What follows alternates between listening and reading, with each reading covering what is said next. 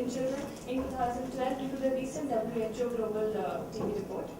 And it has been proved by London et al. In 2009 that to eliminate tuberculosis as a public health problem by 2050, incidence will have to fall by an average of 16% per year for next 40 years, whereas the WHO Global report says it's falling only at 2% per year. So the challenges with diagnosing childhood tuberculosis remain, as it's a postbacillary disease, the difficulty in obtaining samples with kids, the low-income, high-burden countries still rely on low-sensitivity tests like a smear microscopy. This underreporting of the test, underreporting of the disease burden as well as the mortality, because they say a lot of kids who die out of TB, the deaths are attributed to HIV because if they have HIV TB together. So there has been an underestimation of the burden altogether, and the HIV TB coexistence, MDR TB, which hasn't been really measured much. They totally complicate the situation, because if you don't know it correctly, you would not be able to stop the transmission chain correctly. Now the aim of the study was to find out the sensitivity and specificity of expert MTBRF assay, which is a single cartridge-based, heavy-nested, real-time PCR-based test for the diagnosis of interthoracic tuberculosis and detection of rifampicin resistance.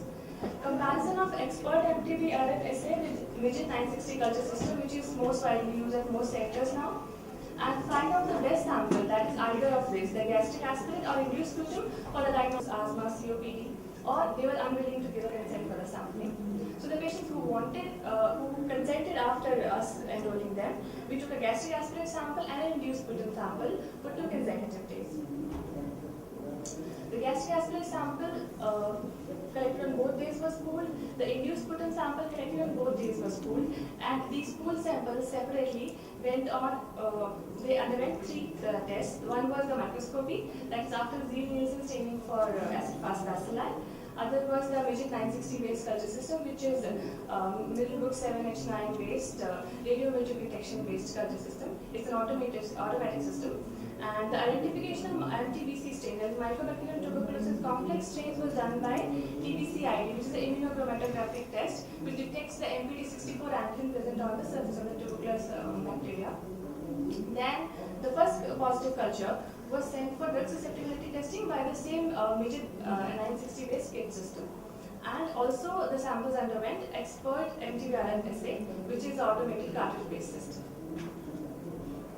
Then the gold standard we took for ascribing a patient to be having the disease truly, that is truly diseased or not diseased, was a composite clinical microbiological criteria, which was a presence of high clinical suspicion, such as a positive history of a close contact with a TB case, night sweats, weight loss, cough for more than 3 weeks, MONTU positivity, or radiological features suggestive of tuberculosis, or a culture positive test, and a response to ATT.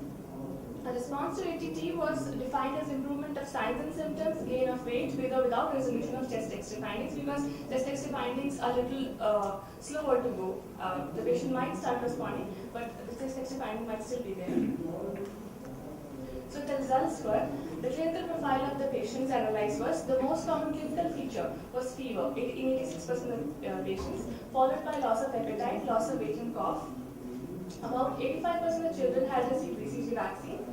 In about 30% of the children, there was a history of close contact with the TB patient. And the MONTU test was positive in almost 90% of the children. Then chest X-ray showed parenchymal involvement in nearly 34%, hilar lymphadenopathy in nearly 38%, and the rest showed either extrapulmonary, that is the pleural effusion or pneumothorax finding, or normal chest X-ray. So this is these are the results we got after running out the test. The overall results I would like to